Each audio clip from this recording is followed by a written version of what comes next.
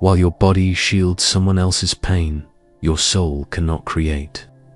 You move slowly, as if carrying something ancient, yet you don't know what it is or who it belongs to.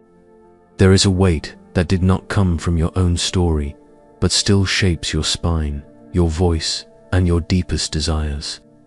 It vibrates deep in your stomach when everything seems calm. It tightens your chest at the very moment something inside longs to surface. It closes your throat when the truth threatens to come out. You've learned to behave as if it were yours, but it is not. You smile on the outside and sabotage yourself from within, unaware that the field vibrating through you was sealed by wounds that don't even belong to your existence. You inherited them in silence, through touch, through blood. And now, without realizing it, you honor them at the cost of your own life. You call it anxiety, when in fact, it is a vibrational vow, an invisible pact with wounds that were never yours. But they live in your body. They influence your movements. They decide where your freedom ends. And still, you go on, carrying something that was never yours. There is a vibrational field that crosses generations and attaches itself to your body without warning. It doesn't need events. It doesn't wait for personal traumas. It simply settles in, as if you were programmed to feel something that does not belong to your own biography. This field has rhythm, color, and temperature. It shifts your posture. It pulls your breath downward. It even affects the way you take up space in a room. And no matter how much you meditate, understand, or affirm positivity, while this code remains active, your reality will continue to be filtered through invisible layers of inherited pain. The ancients called it the vibrational vow of the lineage, a kind of energetic pact that can only be undone by someone who recognizes it with full presence. In this video, you will learn to listen to this field with your body, not with your mind. You will identify the 9 invisible somatic signs that reveal the active presence of this ancestral frequency. And in the end, you will be guided through a hermetic vibrational ritual created to precisely break the bond that anchors this pain within you. This gesture does not soothe, it frees, because no creative frequency can rise while you are vibrating on behalf of someone else. In the ancient healing houses of Egypt, no process would begin before identifying the pain that did not belong to the present body. Priest healers were trained to listen with their gaze, not to the patient, but to the field around them. They said certain pains were not bound to linear time, but traveled as subtle shadows of the lineage, settling in the bones of descendants until they were released. This wisdom was preserved in Hermetic schools, where it was taught that everything untransmuted is transferred, and that the vibrational fields of pain keep repeating until someone breaks the cycle with living awareness. It was not about psychology, nor about emotion. It was about vibration, the body as a mirror of unbroken pacts. Thoth, the archetype of divine intelligence and vibrational balance, left codes in hidden texts about the silent listening of inherited pain. To him, the true initiate was not the one who knew, but the one who felt what was not theirs and returned it without guilt. That was the seal of spiritual maturity, to not carry what does not belong to your frequency. And this is the threshold you are about to cross. Peter Levine describes trauma as something that settles in the body when it finds no safe outlet for expression. But when that trauma is ancestral, it settles in without ever having been lived. Your body becomes a reliquary of unnamed memories, holding the fear of someone who is no longer here. Epigenetics confirms this. Intense traumas alter the way genes function, and these records are passed on as if DNA could carry unresolved emotions. Gabor Mate goes even further. He states that anxiety is often the vibrational expression of inherited pain, internalized before language ever existed. And the body, with its silent intelligence, tries to cope in the only way it knows how. Contraction. The polyvagal theory explains why. The nervous system interprets that burden as a constant threat, triggering freeze responses and self-sabotage that seem like they're ours, but they're not. Rupert Sheldrake, in his studies of morphogenetic fields, suggests that emotional patterns can repeat invisibly, shaping experiences in a nonlinear way, like a symphony echoing backward through time. Hermetic traditions had already intuited this. Thousands of years ago, the body is the vibrational mirror of the lineage, and until that inherited frequency is acknowledged and returned with presence, it will keep shaping your reality, decision after decision, without your awareness. Inherited anxiety doesn't show up as a thought. It reveals itself as an imperceptible shift in how you inhabit your body. It's a vibrational imbalance that shapes your gestures before you're even aware of them. These signals don't ask for help, they simply persist. They are fragments of an ancestral field still active, transmitting codes you've learned to call just the way I am. Sign 1. A subtle but constant pressure in the center of the chest. It doesn't hurt, but it never fully goes away. It appears when you try to connect with what you feel, when you want to be truthful, when you begin to open up. But instead of expansion, what comes is contraction. The chest pulls inward, the breath sinks, the inner space tightens.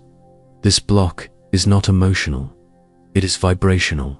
It reflects an inherited field that once learned it was dangerous to feel deeply. It's not your heart that's defending itself, it's the legacy that still vibrates within it. Sign 2. Discomfort or tension in the stomach, even in neutral situations. You step into a new environment and your body pulls back. You talk to someone who's watching you and your core seems to tighten. That contraction in the solar plexus isn't fear of the present moment. It's the energetic imprint of someone in your lineage who had to live in constant vigilance. And that state was passed on like a hidden password left behind in the body. Sign 3. Your voice fails for no clear reason.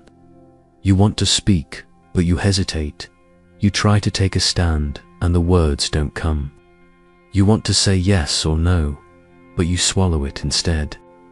The mind doesn't know why, but the throat reacts as if under threat. This is where the body carries ancestral silences. What couldn't be said, what was censored, humiliated, or silenced, vibrates in you as a defense mechanism that no longer makes sense, yet still operates. Sign 4. Discomfort when being watched. You know you're not in danger, but something inside reacts as if you were. It's a slight retreat in your gaze, a hesitation in being spontaneous, a body that hides even as it tries to be seen. This pattern may come from a lineage where being visible meant punishment, judgment, or pain. Your system learned that visibility is a risk, and out of unconscious loyalty, it still repeats that code. These are not traits of your personality. They are traces of a field still vibrating through you on behalf of others.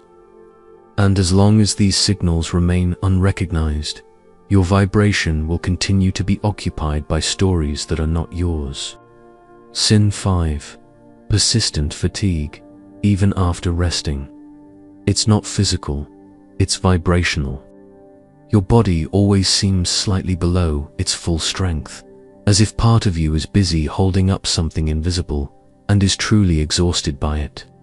That exhaustion doesn't come from your daily routine. It comes from an old field you carry as if it were your mission. And maybe it is the mission to bring it to an end. Sign 6. A sense of urgency without a clear reason. You wake up in a hurry, even when there's nowhere to rush to. You live internally on fast forward, as if you're always late for something that hasn't even begun. This inner state is the echo of a survival memory you inherited.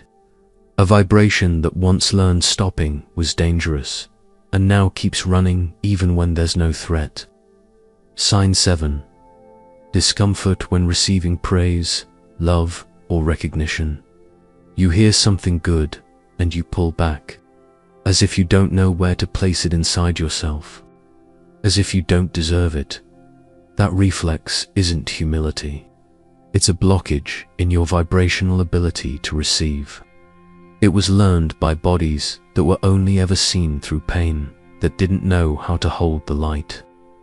Sign 8.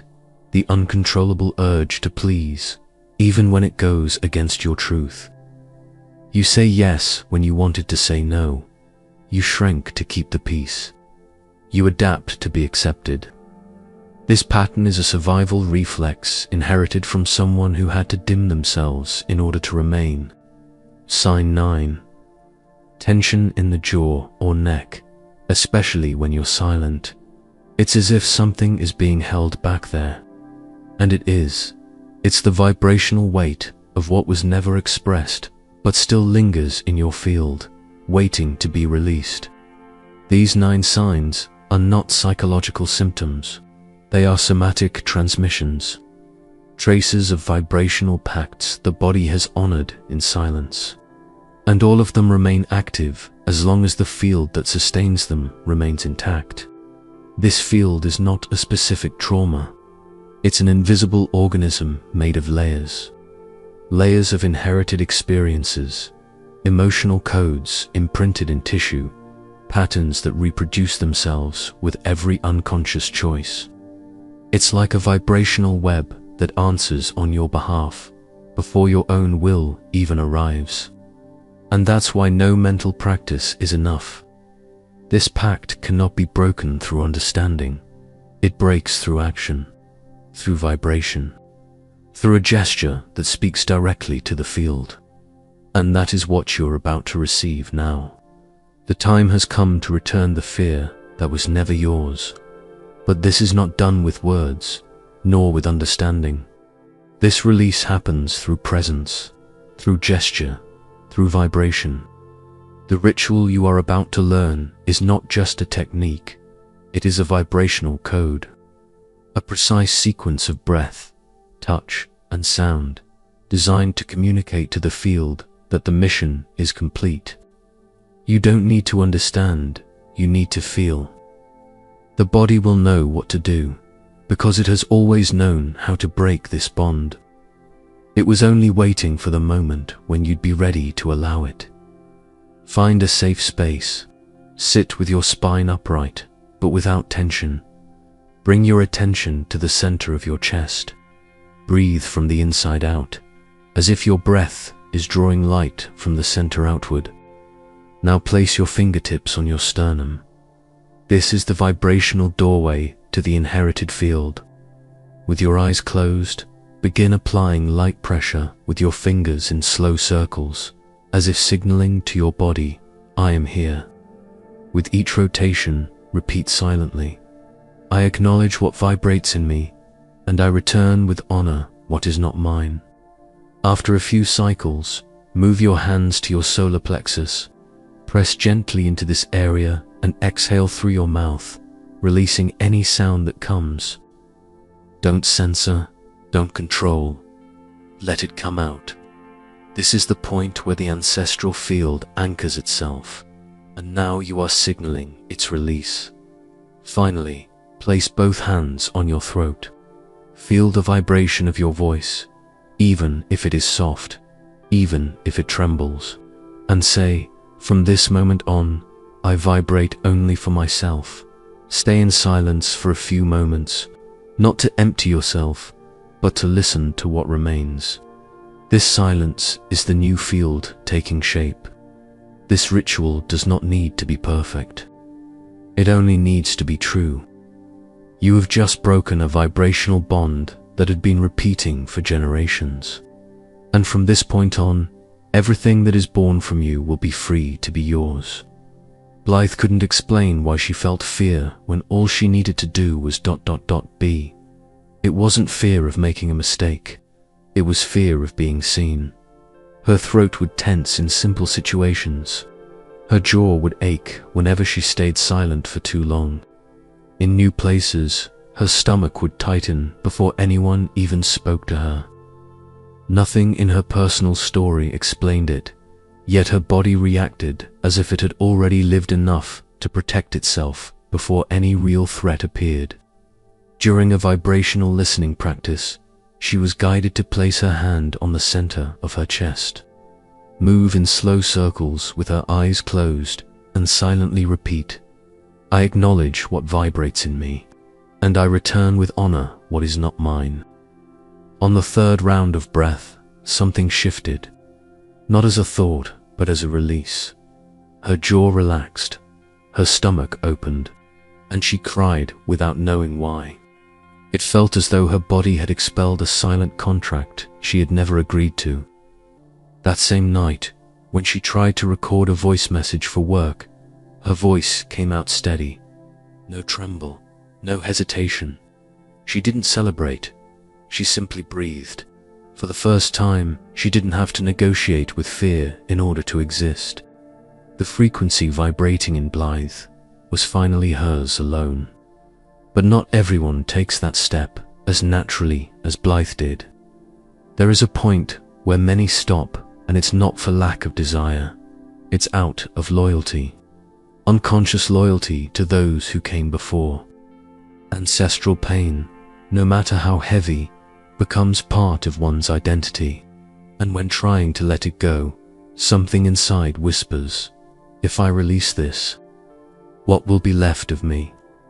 This is the most subtle and the deepest obstacle, identifying with the inherited field. You don't just feel the symptoms, you believe they define who you are. This is where transformation gets stuck. The solution is not to break this bond with force, it is to return it with honor. By recognizing that this pain served a purpose, to protect, to silence, to preserve life, you position yourself not as a traitor to the cycle, but as its completion. And when you perform the ritual with presence, the body understands that it is safe to vibrate differently. This gesture, simple as it may be, is a code of transmutation. It communicates to the field, "The mission is complete, and now I am free to be only myself." This is the moment when healing stops being a concept and becomes vibration. You have just returned a pain that was never yours, yet shaped you from the inside every day. You listened to what no one ever taught you to hear, the vibrational codes hidden in your body's silences. Every contraction, every blockage, every urgency you called anxiety, was an ancestral call for release, and you answered. You were the body that chose to break an invisible pact. The voice that spoke where once there was inherited silence. The chest that expanded where once there was containment. The simple, sacred gesture of someone who looks within and says, "This ends with me." From this moment on, it is no longer about understanding. It is about vibrating differently. The field has already been touched. The frequency has already been realigned. Now your presence begins to emit a signal that no longer comes from pain, but from consciousness. You are not a repository of ancient stories. You are the living technology that transmutes the past into possibility. You are the turning point between all that came before and all that is still to come. As Peter Levine wrote, trauma is a fact of life, but it does not have to be a life sentence. The anxiety that once led you now listens to you, because finally you've placed yourself at the center of your own field. If this video resonated with you, leave a like, subscribe to the channel, and turn on notifications. This simple gesture helps us bring this frequency to more people still vibrating with pain that doesn't belong to them. I invite you to seal this journey by writing in the comments, "I return what is not mine and restore my original frequency." This sentence is more than an affirmation. It anchors your conscious presence in the field of vibrational healing. Send this video to someone you feel is carrying a weight they've never been able to name. And if there are still parts of you that long to be set free, click now and dive into another transformative piece of content on the channel. Each portal you open reorganizes your vibration from the inside out. Remember, when you release yourself from the inherited field, your soul finally comes back home to your body.